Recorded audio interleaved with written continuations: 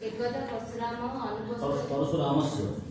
परशुरामस्य अनुपस्थितौ सहस्रार्जुनपुत्राः तस्य पितुः समीपम् आगत्य तं निर्दयरूपेण एकविंशवारं खड्गघातेन निहतवन्तः। तदनन्तरं परशुरामः सर्वान् क्षत्रियान् एकविंशवारं निहत्य तेषां क्षत्रियशून्यं कृतवान्। तथा च तेषां रुधिरैः कुरुक्षेत्रे रामरथादीन् पञ्चरथान् विधाय तज्जले पितॄणां तर्पणसहित जगत् नपयति स्म।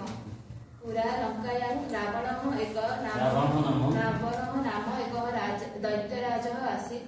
सः त्रिपुरविजयं कृत्वा दशदिक्पालान् पीडयति स्म।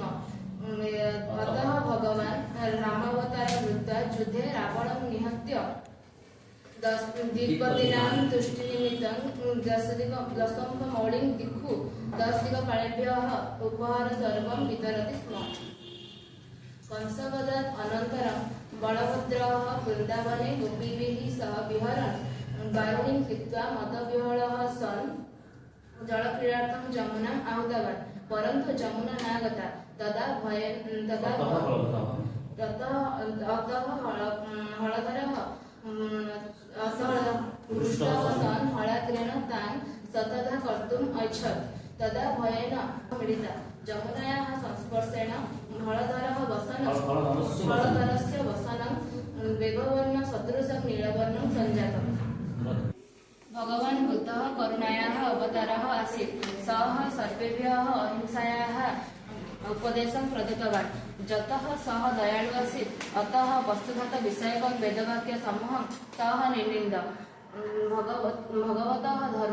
भगवतः अहिंसा माध्यमेन धर्मस्य प्रतिष्ठा विहिता। भगवता धर्मस्य प्रतिष्ठा विहिता। जे शस्त्राचाररहिताः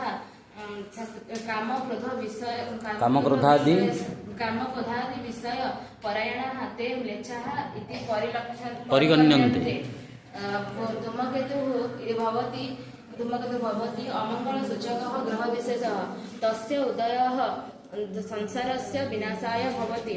अतः कलौ युगे बहवः सदाचारहीनाः मनुष्याः परिलक्ष्यन्ते। अतः तेषां विनाशाय भगवान् स्वहस्ते धूमकेतुमिव कराळं करवाळं धृतम्।